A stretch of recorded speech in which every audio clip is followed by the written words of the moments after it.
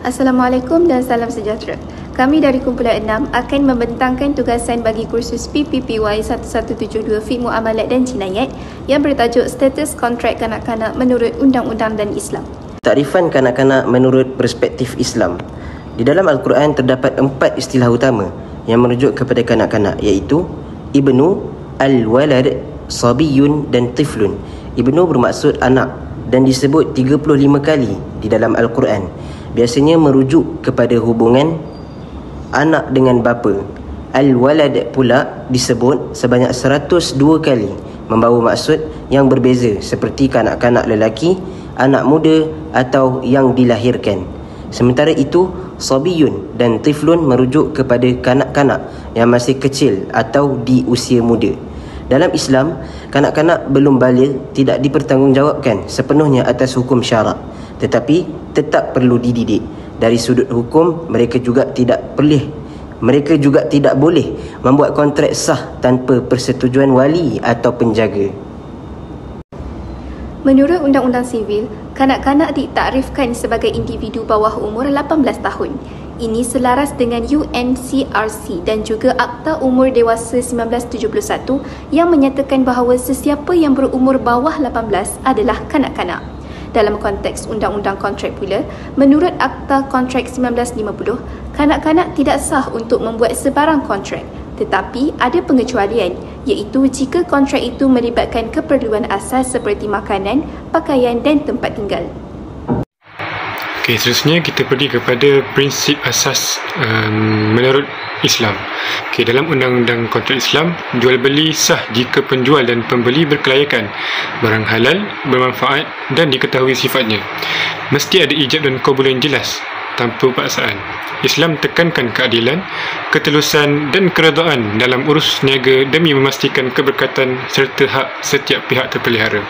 Okey, dalam Islam, syarat sah jual beli itu jelas.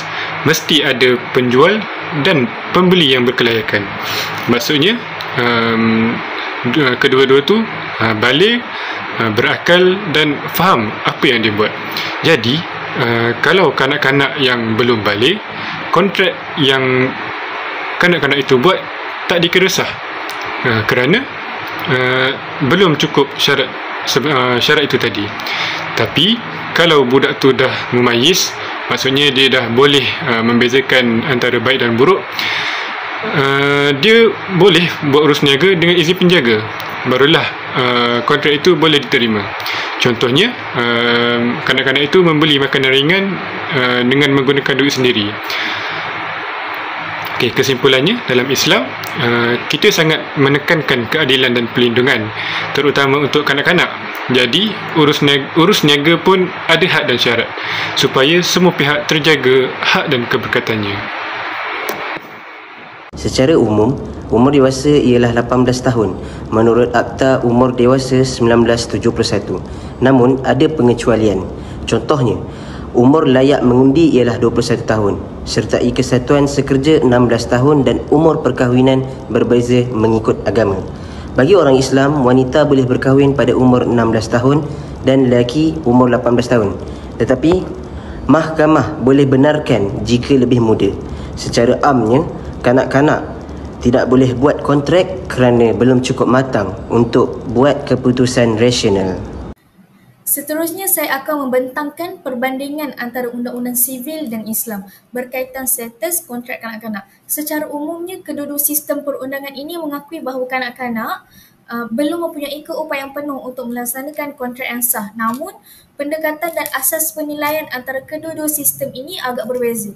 Dalam Undang-Undang Sivil Malaysia, umur menjadi penentu utama. Seseorang hanya dianggap mempunyai kapasiti untuk berkontrak apabila mencapai umur 18 tahun, seperti yang telah ditetapkan dalam Akta Umur Dewasa 1971. Kontrak yang dibuat oleh individu bawah umur kebiasaannya dianggap tidak sah, kecuali jika melibatkan keperluan asas seperti makanan dan tempat tinggal.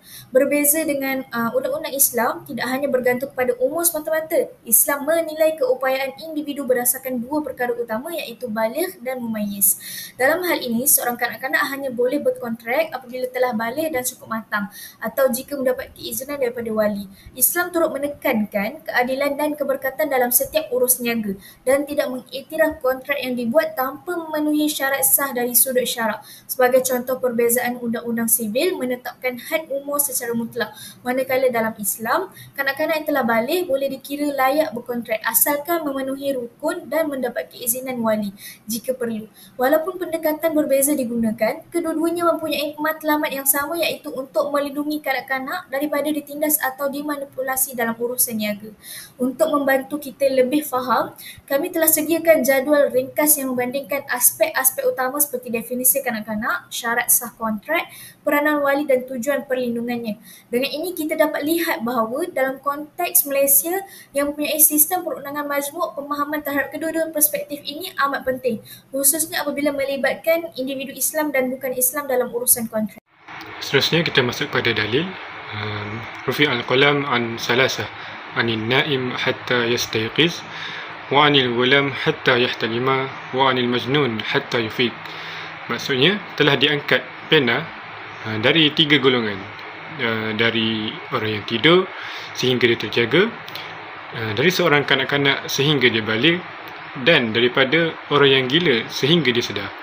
Hadis riwayat Abu Daud dan Ibn Hibban.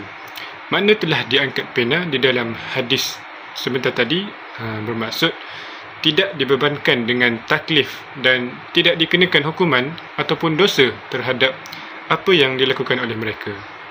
Jadi, setiap perbuatan yang dilakukan oleh ketiga-tiga golongan tersebut, termasuklah kanak-kanak yang belum baligh, sama ada sengaja ataupun tidak, maka mereka tidak dihukum dengan apa-apa hukuman. Seterusnya, mari kita lihat kes-kes rujukan. Terdapat 3 kes penting yang melibatkan kontrak dengan individu di bawah umur.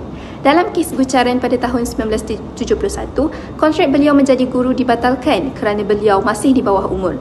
Tetapi pampasan tetap dibenarkan kerana latihan dilihat sebagai keperluan hidup.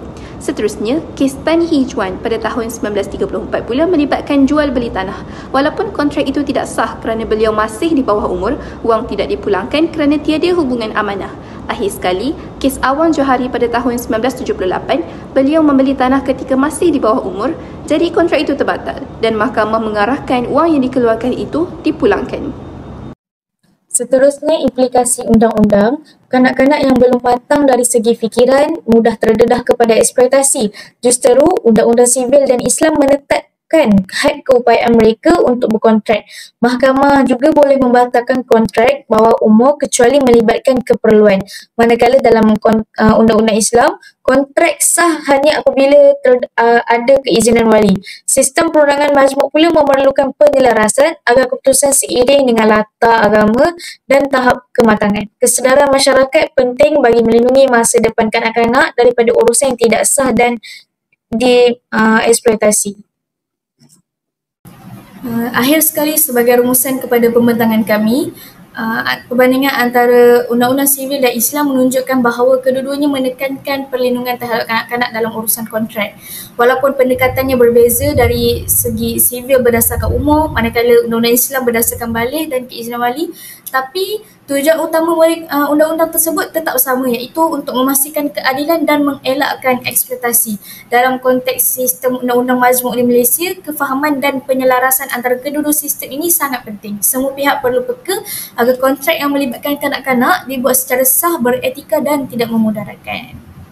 Sekian, terima kasih.